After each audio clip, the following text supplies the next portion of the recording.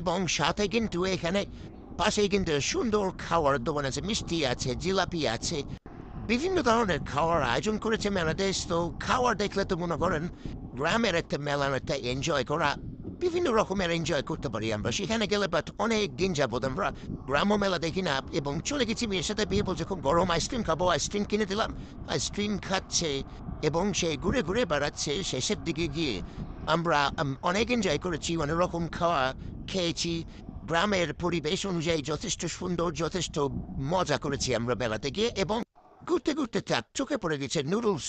Noodles খেতে সে খুবই ভালোবাসে এবং সে আমাকে বললো যে বাবা নুডলস খাবো। আমি বললাম চলো লেটস।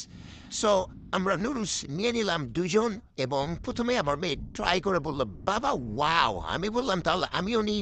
সো আমি নুডলস নিয়ে খেতে শুরু করলাম। আমি নুডলস খাই। আপনারা এরকম আরও মিনি ব্লগসের জন্য আমাদের চ্যানেলটিকে সাবস্ক্রাইব করুন। বাই।